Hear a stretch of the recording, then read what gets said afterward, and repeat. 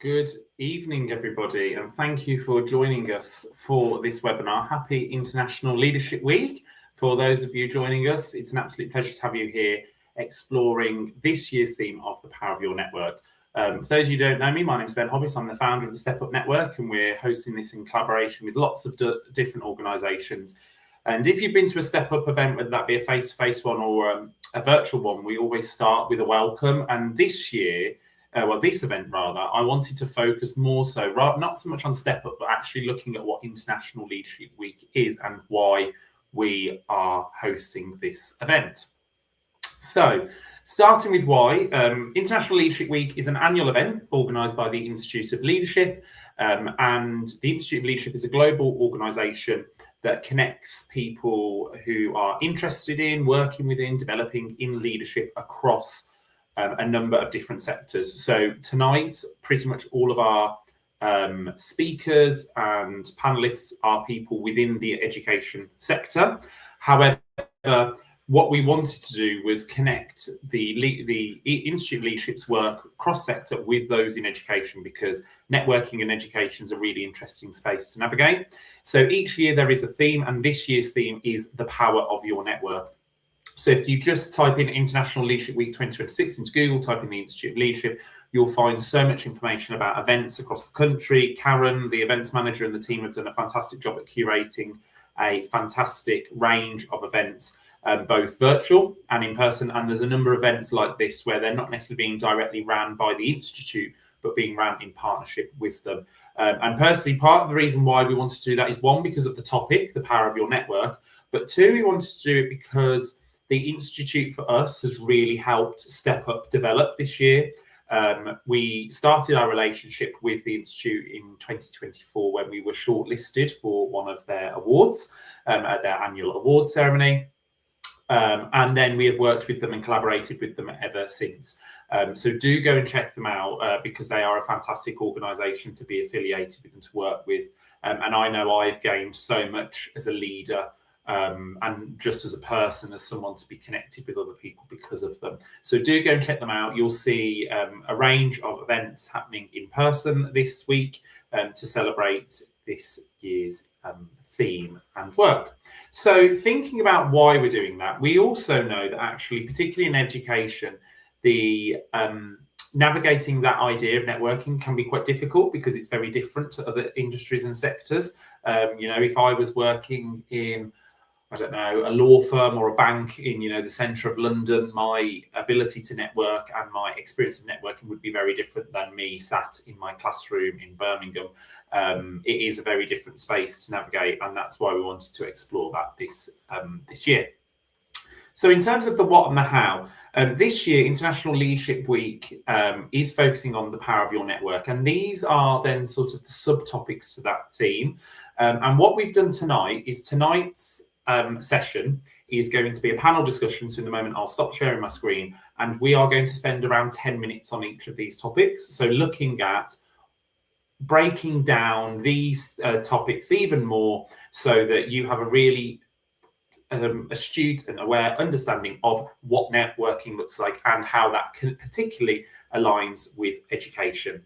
And so what I've tried to do to help me with this, explore this topic, is connect with some of the best connected people I know in education, some of the best networkers. There are so many other people I could have asked as well. I think I could have probably filled like the whole screen with the amount of people who are fantastic networkers and connectors within the education sphere. And I'm not going to introduce them because I'm sure they're much better at doing that than I. So I'm going to bring them on to the screen now, and then we will get started.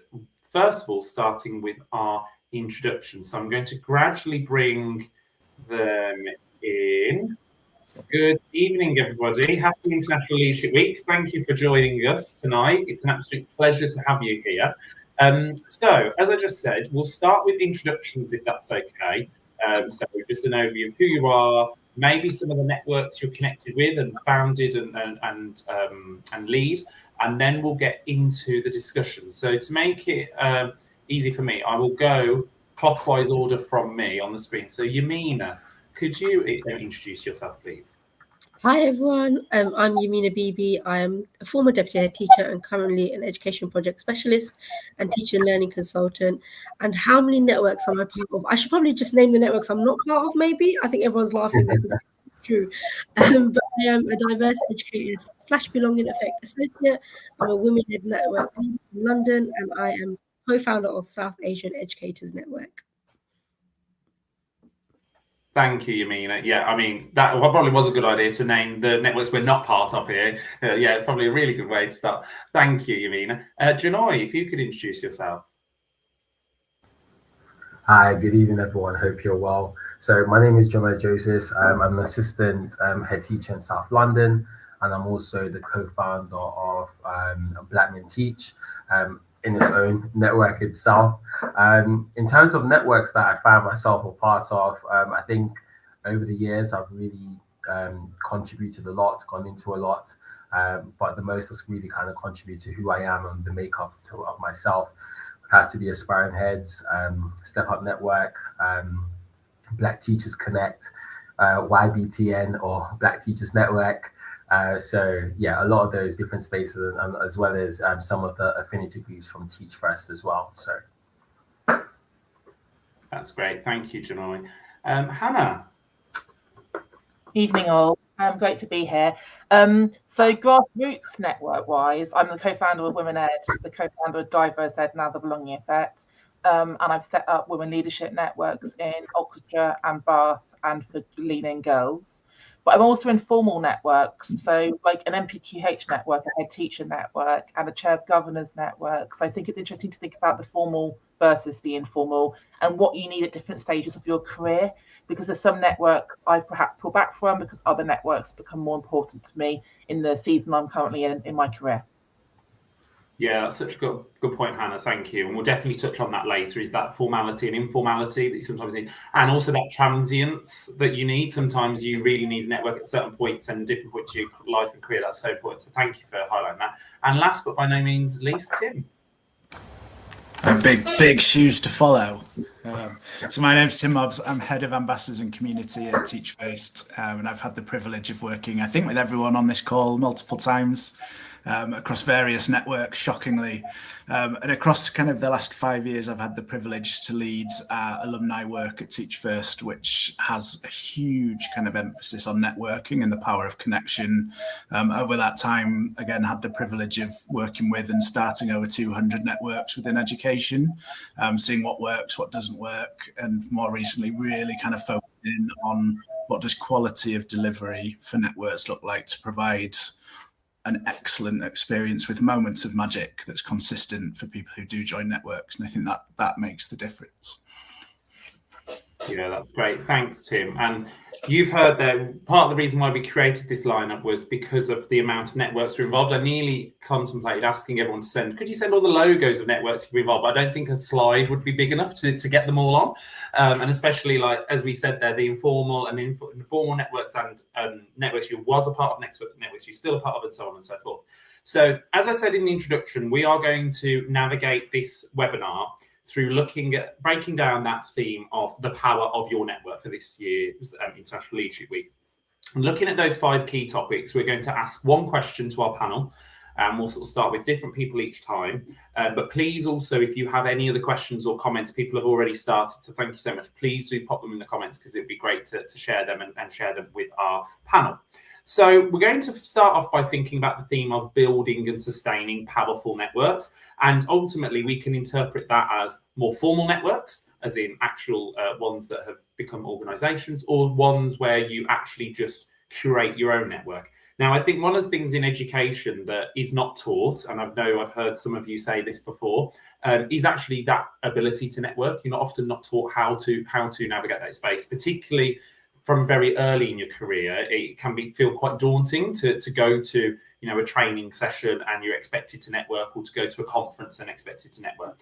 So thinking about that, if we think from starting at scratch about how we want to create connections that endure and add real value to us and our careers and our lives, starting from scratch, how can you build your own network? How can you start from scratch and create and curate that network?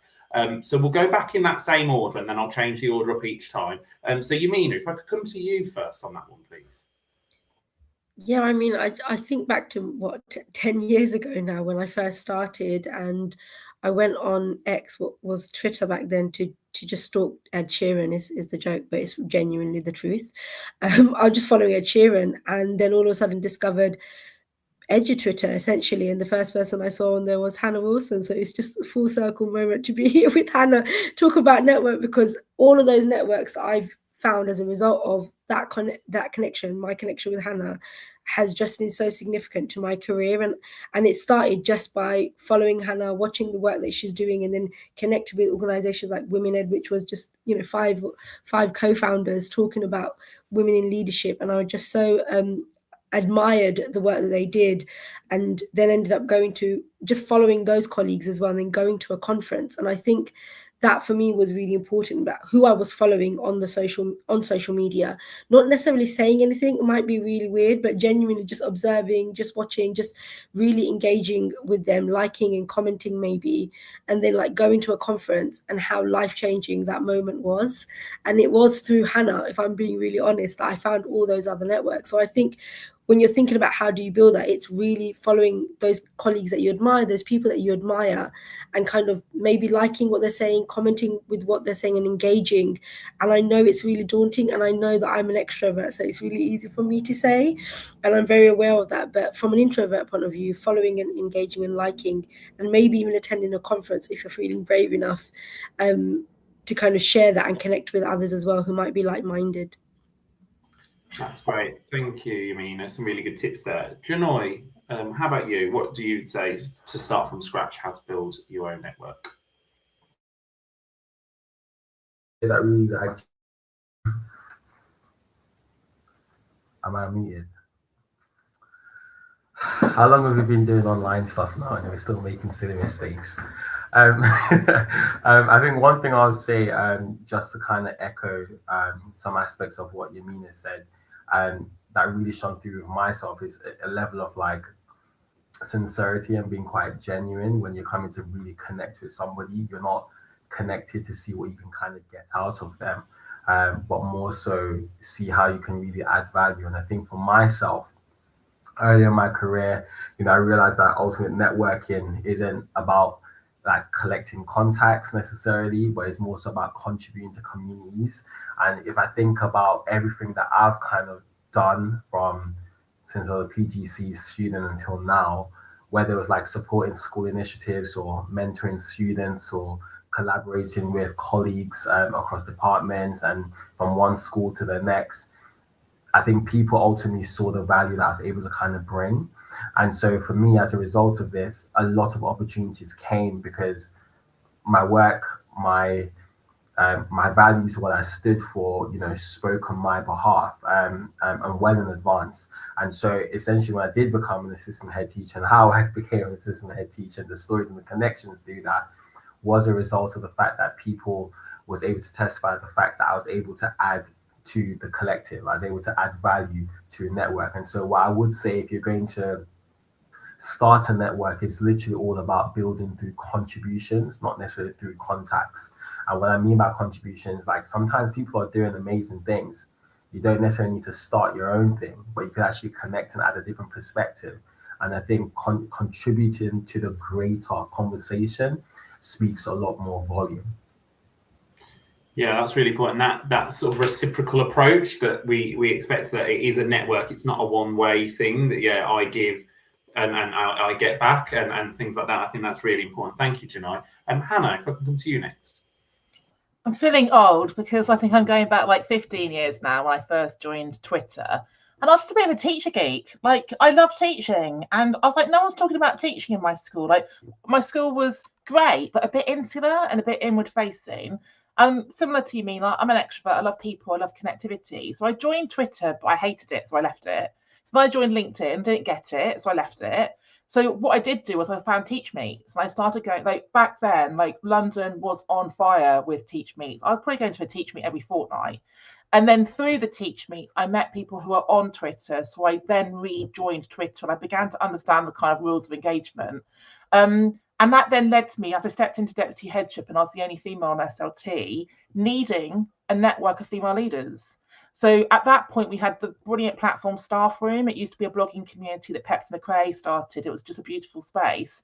And a group of us did a series of blogs about gender equality. And that's how Women Ed started. Going back to your point, Joy, it was values alignment. It was people who didn't know each other, who had shared values, shared vision, and a shared problem.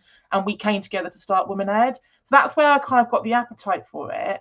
And then I did go back onto LinkedIn because I think Twitter was great at that time for finding people. You didn't always know where they were, what they were doing. Like they were quite like anonymous, like a daisy with some letters was their username. Whereas on LinkedIn, you could be more intentional.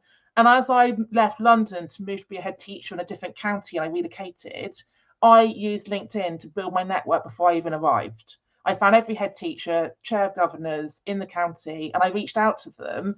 And I had a ready-made kind of like network to support me as I transitioned. So I think there's a mixture there of the kind of the grassroots, using Twitter quite informally, going to events, to actually being quite intentionally strategic about who I needed to connect with as well.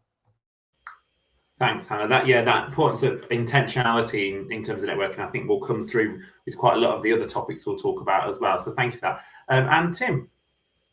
Now, Ben, I think I heard a timer go off, which I'm assuming means we're at time for this question.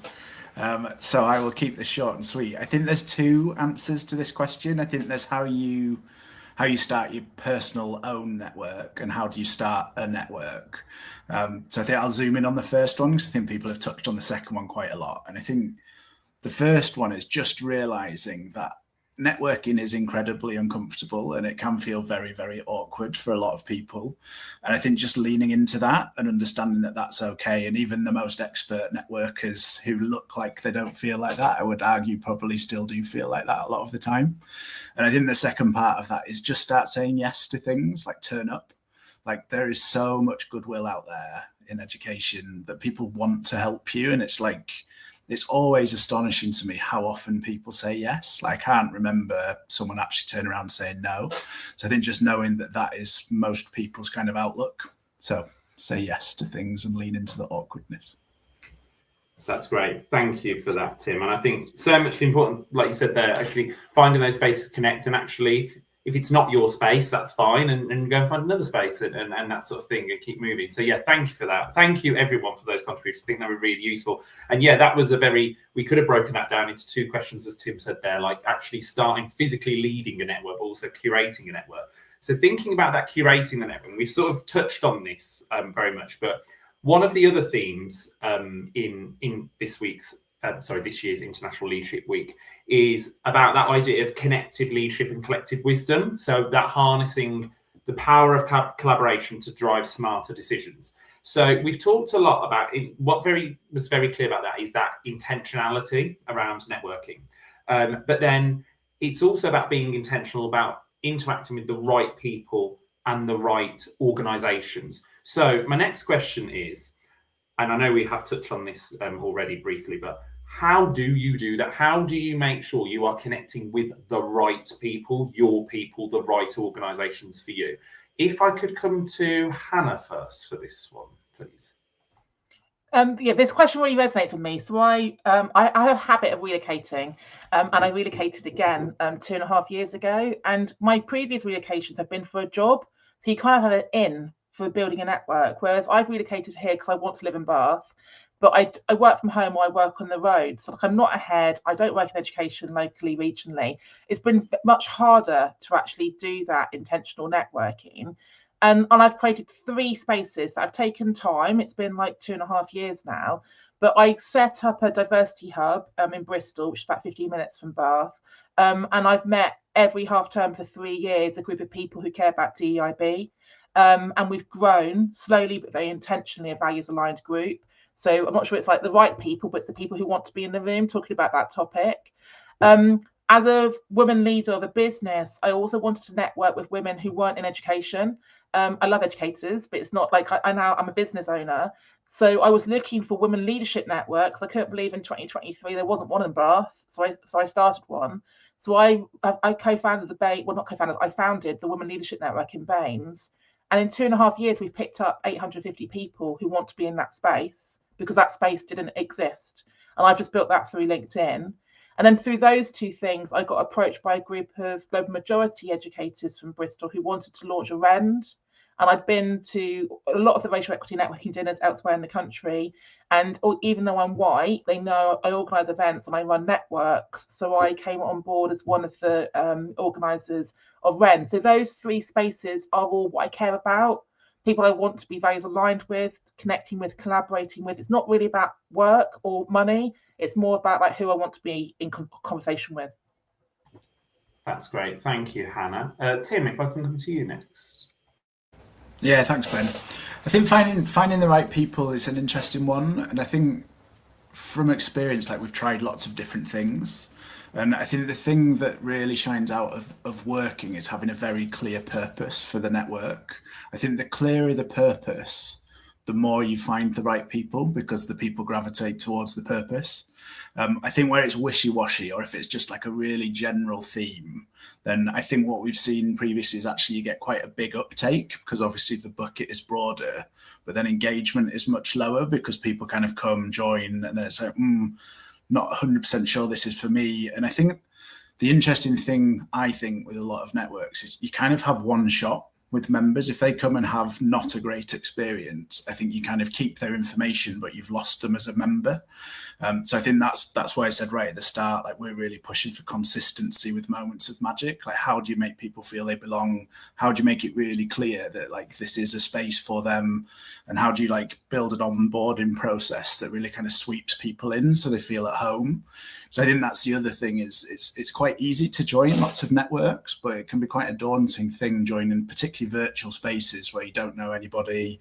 Like it's essentially a group of strangers. Like each network has its own culture, and it's like, well, how do I fit in here? Like, how do I behave? What are the rules? And it's quite difficult, I think, to access to start with. So I think having a really clear purpose and a great onboarding experience kind of makes the difference. Thank you, Tim. Appreciate that. Yamina, if I can come to you next. I think for me, just thinking about my own experiences, I will find through social media, through my networks, actual conferences that I can go and meet people live, because that's how I get my energy. I get energy from meeting people face to face. As much as I post, I know I post a lot, but actually the most of my energy comes from when I meet lots of people who are what some may call like my tribe, and sometimes they're not my tribe, but being in that space makes me understand that and see whether our values aligned. So I'm thinking about spaces that I've attended for, like, for example, the grassroots organizations that I've mentioned have really connected with me and I've stayed with for such a long time now. But then also some places where I've gone and then left and maybe come back, and I really love what Tim and Hannah have talked about in terms of like creating your own space, finding those right people, but also things like affinity groups. And I guess I'm thinking about one specific moment when I left the inaugural Diverse Educators Conference when it was first launched, and myself and a couple of us colleagues, and you know some, literally came from this one school, left, and then straight away started our own network within the school, which has now become an affinity group across the trust. I think, how long has it been? Nearly 9 years later. And I think that just shows that 4 of us sat in a car where I drove really badly all the way to this conference, and then left and started this network where people it was just 5 of us to begin with, but that was in school. And I think sometimes when we think about networks, we think of external networks, but we can curate and create those networks within our own organizations, because those are the colleagues that we're meeting and people we're meeting all the time, especially if you're in school. And maybe thinking about how you build those internal networks is just as powerful as how much you build those external networks. So even though I'm no longer part of that organization and I'm kind of external to that, I'm still in contact with those colleagues. I still contribute to that voice, and they've still kept that legacy going. Just shows the power of like finding the right tribe, I guess, but also the legacy of what you might leave as well. That's great. Thank you, Yamina. And legacy is definitely another theme we're going to be picking up today. I love how all these themes are interweaving in all of our chats. It's brilliant. Thank you. Last but no means least, Janoy, could you let us know how can you connect with the right people, right organizations? Yeah, everyone has said some amazing things. I don't necessarily know where I could kind of take it. But I think for me, like this whole concept of the right person or the right people in quotation mark is something that I'm a bit uneasy about, because what makes the right person, right? I think the first thing I'd say, the right person isn't necessarily a connection that is transactional. I don't think, nor do I believe, nor do I subscribe to that thought.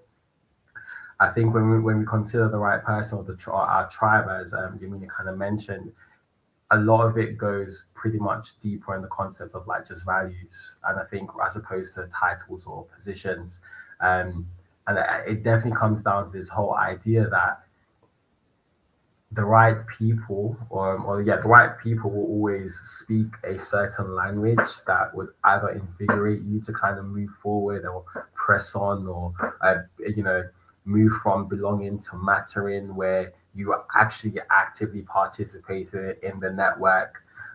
So I think I'll just camp here at that point there, where it's all about values, not necessarily titles, but it's more so a case about being quite generous in what you have to offer and not necessarily what you have to take.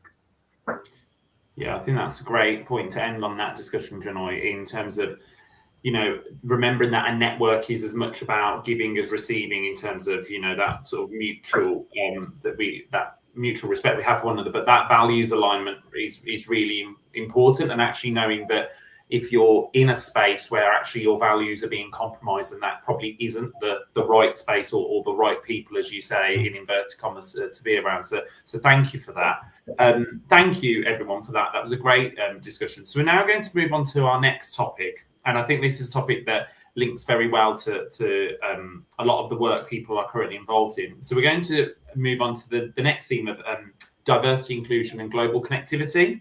So this topic within the theme for International Leadership Week is all about exploring how diverse networks can fuel that innovation, but also broaden our perspectives. And by the term diverse, we mean diverse in thought, diverse in people, when we think about things like protected characteristics, we think about identity and belonging. So when I talk about diverse, I mean in lots of different forms here. So the next question is how, and linking to what we've talked about just, but how can you curate and also create networks? And by that, I don't just necessarily mean formal networks, but your own sort of personal network. But how can you curate and create those spaces so they are diverse, inclusive, and representative of what the purpose of that network is? Janoy, if I could start with you on that one, please. I was just about to mute myself, Sure thing. This is the question I'd probably say where I do believe there's a level of intentionality needs to kind of take place, but more so along the lines of intentionality about representation. I think if you ask yourself the question of, especially in leaders or whoever, is leading a network, is the key question to ask is, whose voices are missing from this conversation? And I think that would almost kind of like steer you into the next phase of who is it that you need to ultimately create a space for at the table so they can be heard, but more so for they can actually challenge a lot of the biases that we hold. It doesn't matter, the color of your skin, we all have biases. So we do need others and other perspective, other lenses to kind of speak into that. And I think when networks include people from different backgrounds, sectors, experiences, life chances, etc., it just becomes a much richer and engaging conversation, and that can only come through intentionality. Thank you, Janoy. That's great. Thank you. Hannah, if I can come to you next, please. So many things I want to say on this one. I've got a two-part response. So around the diversity piece, like it's designing for the space to be diverse, inclusive, and accessible, whether that's virtual or in person. So I've been on crutches the last few weeks. I hurt my knee and I went to an event, and it's really hard to network when you're on crutches. It's really hard. And I thought completely differently about being in that space. And it made me think, as someone who holds space for others, there's so much more I need to do around ableism and around accessibility and mobility. And I was just on crutches for a few weeks, but we were in this space for 2 hours in a networking event, and there were no chairs. And there were people there who were pregnant and disabled who had nowhere to sit down.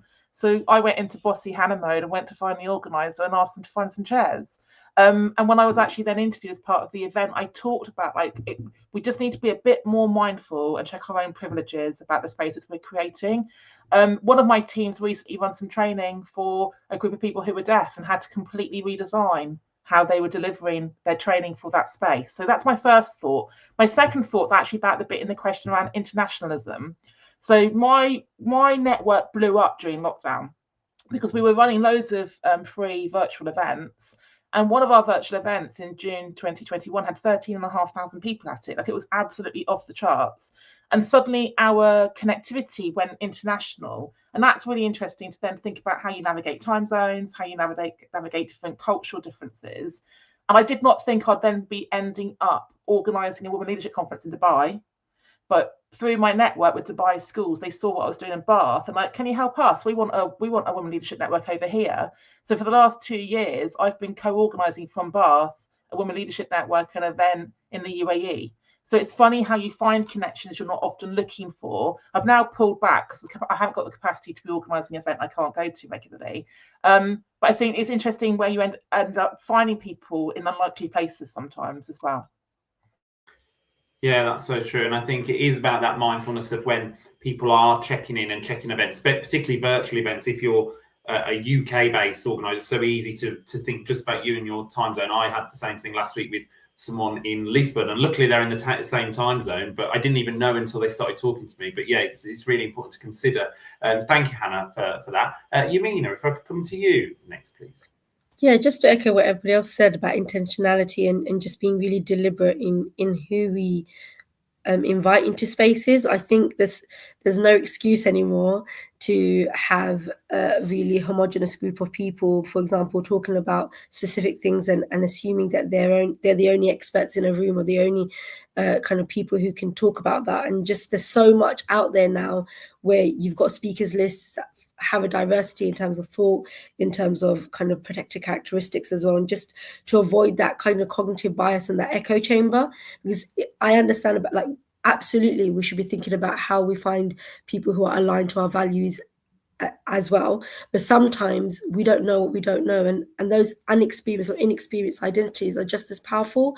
And I just think about my own upbringing, for example, as a young person, and actually as I've grown older, as I've gone into my career, really doing some of that unlearning and really ensuring that my networks are wider than what I grew up with and what I believed to be true. And I think that's a really important thing to remember.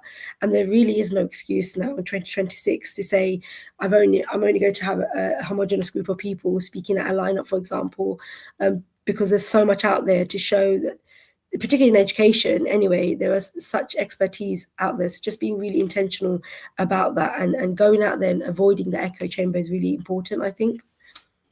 Yeah, thank you, Mina. And I think thinking about what you just said there, I love that you've said that because that's so important, but thinking about that as someone who is networking, but also the people that, if you're curating that network, so if you're physically holding that network space, yeah, actually it's not okay to have a lineup that isn't diverse and not representative in 2026. And actually, equally, if you're then the person engaging that networking, challenge it and be part of the solution and do it in a way where, like, oh, I know these great people, like, I can recommend all these great people to you. Would you like me to connect you with them? I think it's a really good way. And I know many of us on this call have done that before. So thank you, Mina. Tim, if I could come to you for that question, please. Yeah, thanks, Ben. And just to call out, I've learned a huge amount from Hannah in this space, like someone leading this work in the sector for sure. Like, I remember attending back when it was Diverse Educators Before Belonging Effect sessions on passing the mic, and that's really stuck with me over the years of actually how do you give up kind of your opportunity to pass it to a colleague. And I think for me, there's two things here, and they both revolve around intentionality, which I think is the key word that keeps coming out. So every member of my brilliant team has a personal development goal based around this, which is about recruiting diverse memberships into our networks. And I think that's the intentionality to keep it front of mind for everybody so it doesn't slip off the radar. We have regular discussions about it. We challenge each other on how are we doing this.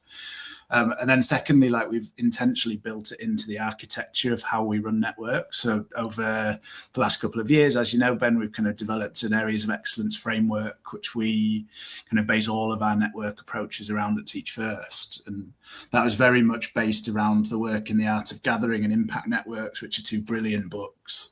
I'll just read you a quote that kind of from both. The Art of Gathering talks about we all wear masks, and a lot of our network members have talked about like finally finding a place where it feels you can take your mask off and be amongst friends.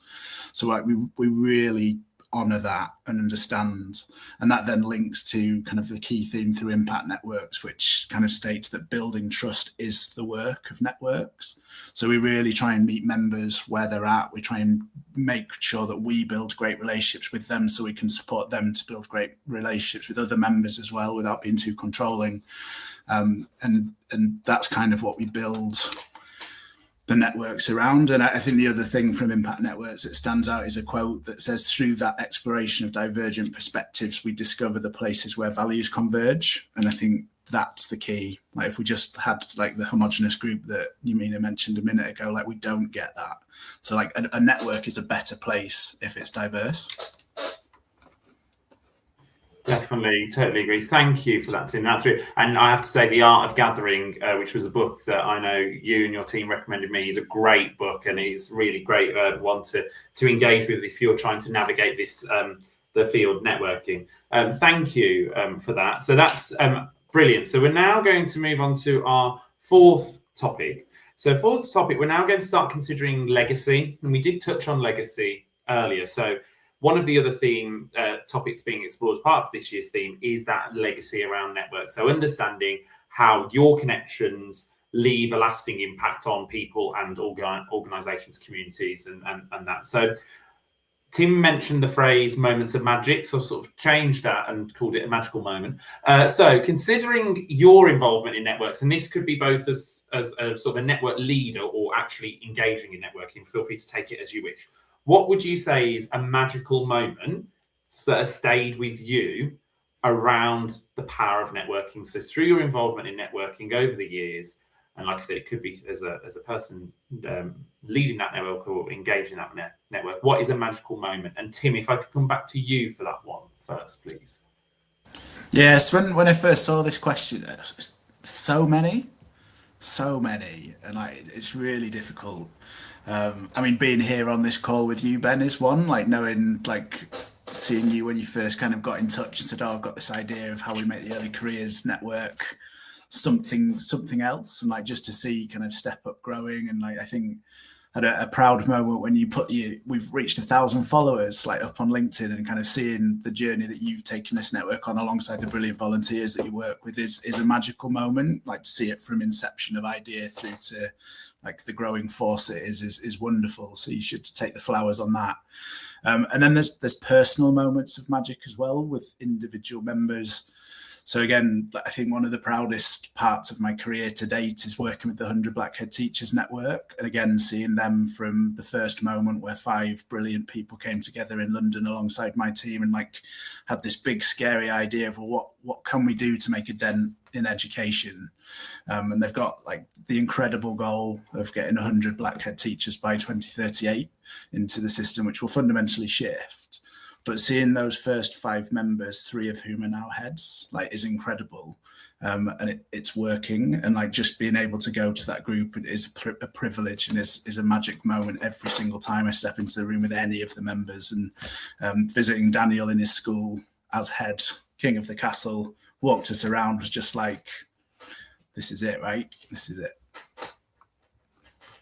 That's great. Thank you, Tim. And thank you for sharing all those. I think, yeah, that idea of inception of an idea through to what it can become is a really magical moment. I definitely think that's something I take away. So thank you for that.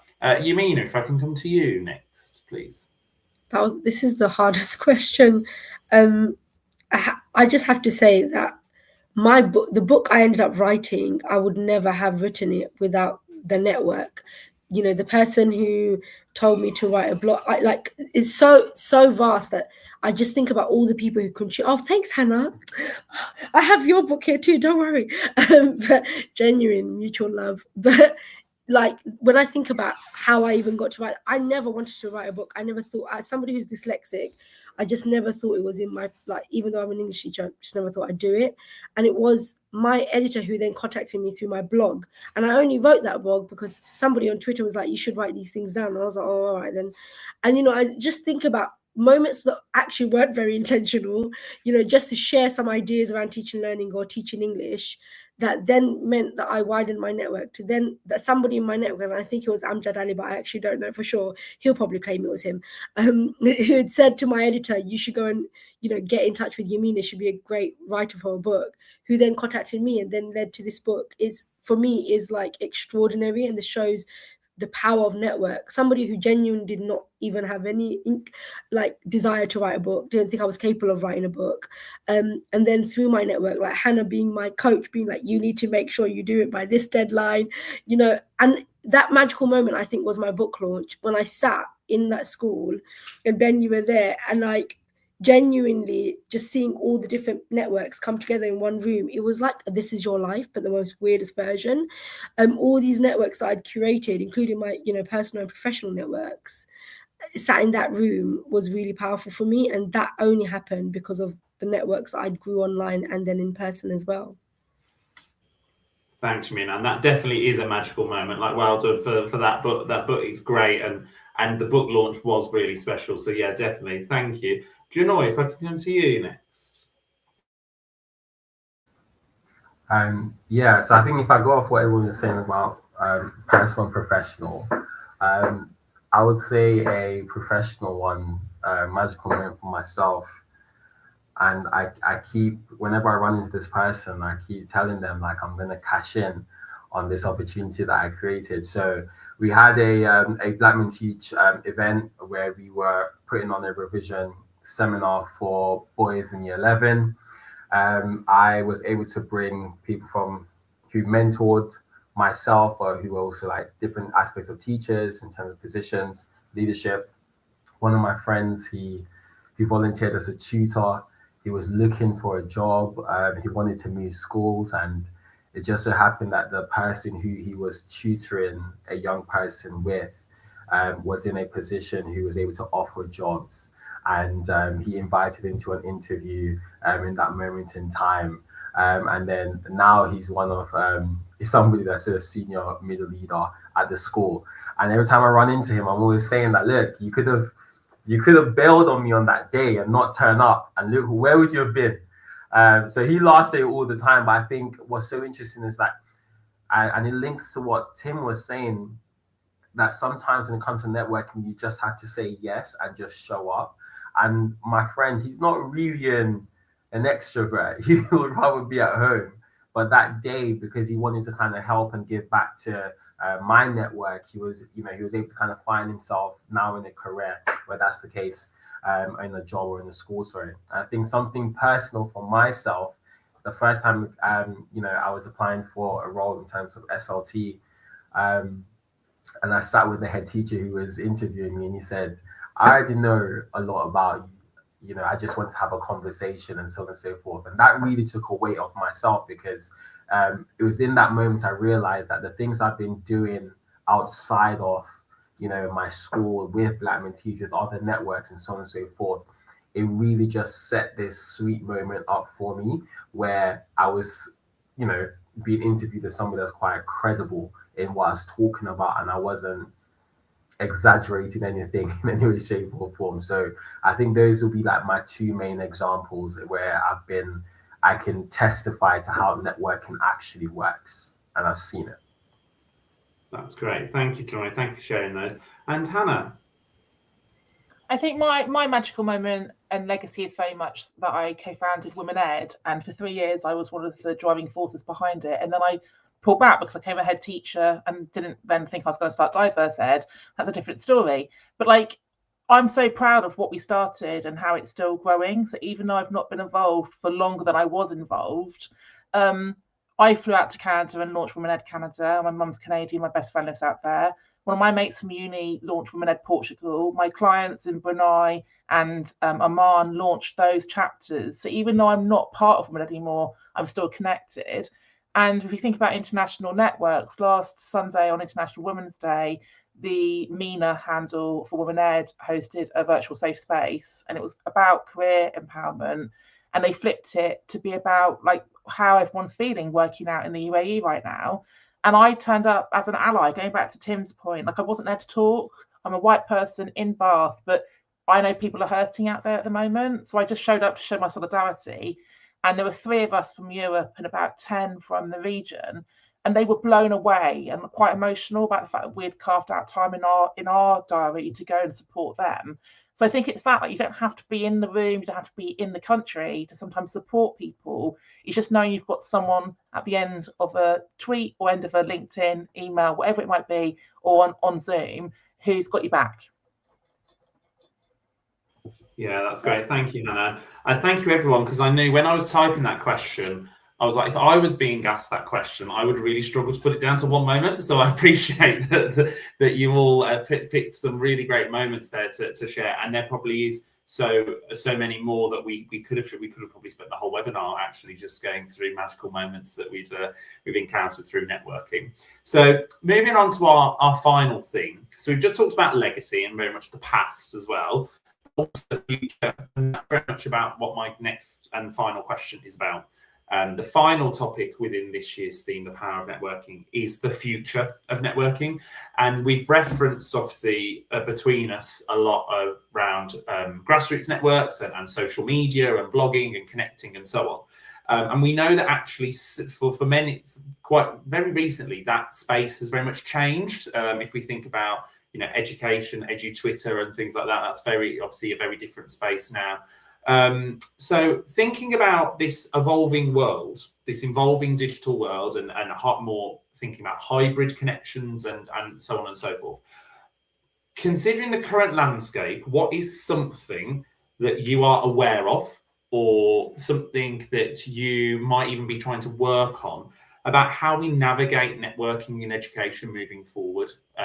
That could be in person, that could be virtual, because like we've said, lots of us have referenced things like Twitter as our starting point, or some form of social media as our starting point. And we know that is very much is changing and is in some cases quite a difficult space to navigate recently. So Yamina, could I come to you first for that one, please? I was dreading that question. I think for me personally, I'm looking for spaces where we can mutually share and exchange ideas in a non-judgmental way, in a safe space where I can show up in my most authentic professional self, and be able to do that, and not an echo chamber necessarily, but definitely values aligned in some way. Whether that's online or whether that's face-to-face. Obviously, as I've mentioned, I'm somebody who loves the face-to-face events, but I'm a bit exhausted, if I'm being honest. And if you follow me on LinkedIn, you'll know why. And I think, virtual conferences like this, for example, webinars, have made it easier to still feel connected and still be energized by people who share kind of same ideas or values or thoughts. And I think for me, going forward for the future, I'm thinking about that as somebody who's co-founder of South Asian Educators, and really thinking about that space, like how do we make it an inclusive space where we can still show up as our most authentic professional self, and how do we support colleagues and people to share and exchange ideas in a safe, inclusive way without feeling judged. Because I think that's one of the main reasons why lots of people are leaving spaces like X, for example, in their droves, is because they don't feel like they can share something and not be judged, for example. So just about how we might do that is really important to me, and I'm still thinking about how we might do that. But definitely, like, curating those safe spaces is really important, I think, for the future. Yeah, and that builds on something obviously we talked about earlier, didn't we, about that whole idea of a network being powerful. One, it's got to be purposeful, but also that sense of belonging, and you've referenced there that safety, that psychological and physical safety that we must have about being in those spaces. So thank you, Mina, for that one. Janoy, if I could come to you next. Yeah, I think for myself,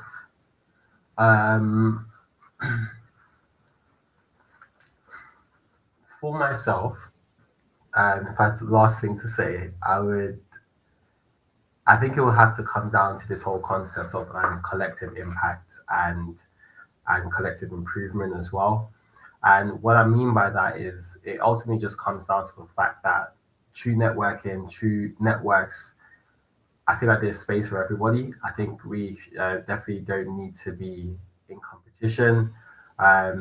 It's more so collaboration, truthfully. If we think about it, and I remember when I went to an event and somebody said this, and it's stuck with me. Is this whole idea that if I think about, for example, like Black Men Teach and what we're trying to do, there shouldn't actually be a Black Men Teach. I don't intend for Black Men Teach to be here for hundreds of years or whatever. And ultimately, because that is my ultimate goal, I am going to make sure that I am connected and collaborating with somebody or networks or individuals who also shares in that collective impact, and to kind of just shift it down when it comes to certain things. And so with that being said, I think the true essence of where networking should now be kind of visioned towards is this whole idea to really just have impact, collective impact where possible, bring people together, let people, both belong and matter, and feel seen and feel heard, and have a space where their language is being spoken to them. That's great. Thank you, Joy. Hannah, if I could come to you next.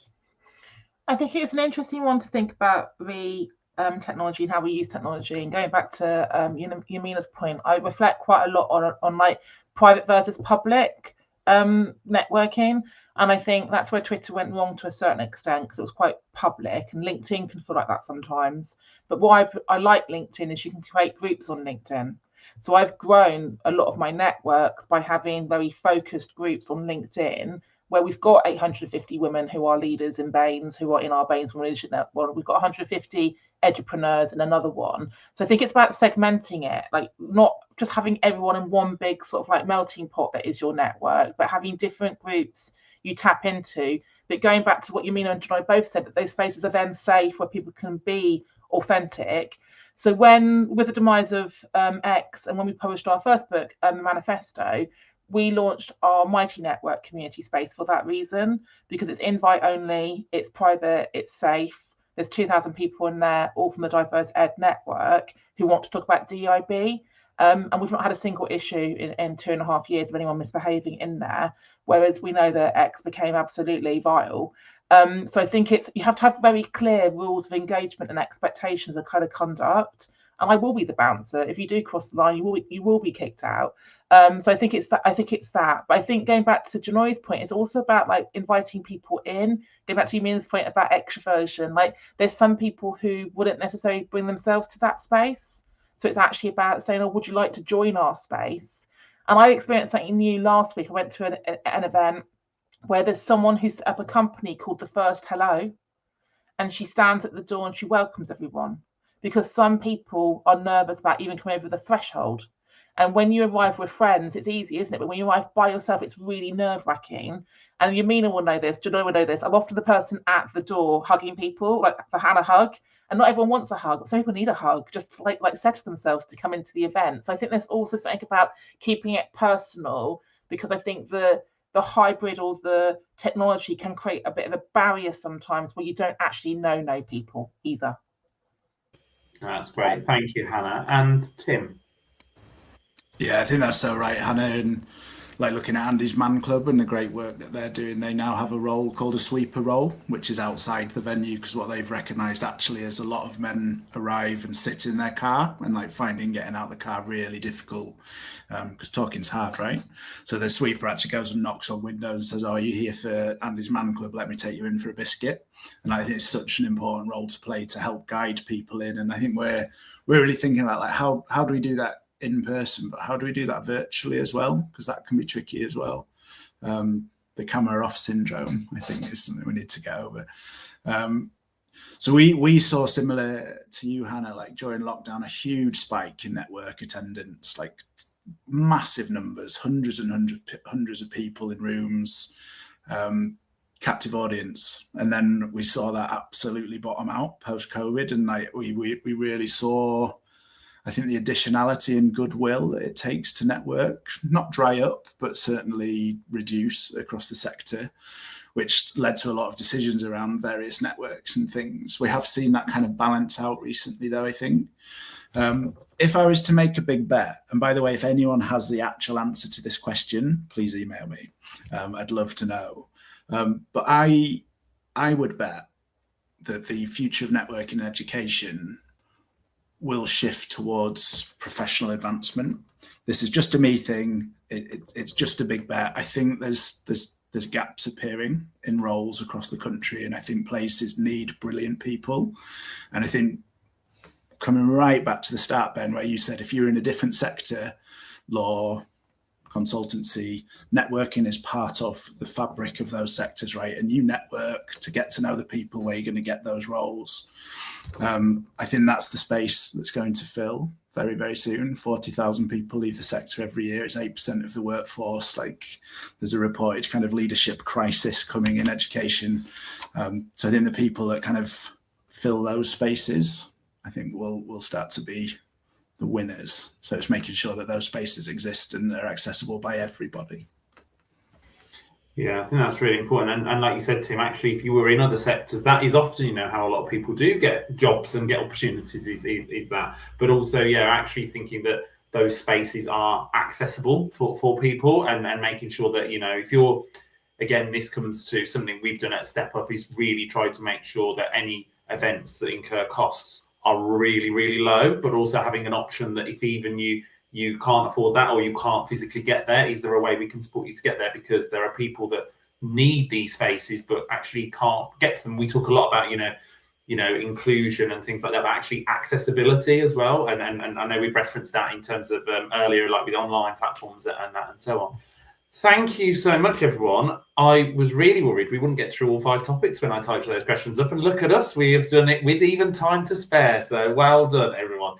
That was a really great conversation. Thank you. And what I will be doing for those of you watching, I know there's been questions in the chat about can we get copies of the questions? Of course you can. What we'll do is we'll collate it probably into a blog and things like that, and maybe even, depending on it, clip it down by each topic and put that onto our YouTube channel, and we'll share that widely. Thank you, everyone, for attending. The only last thing I'm going to do before thanking our some wonderful speakers we've had tonight is just flag some other opportunities that we have to engage with us at Step Up.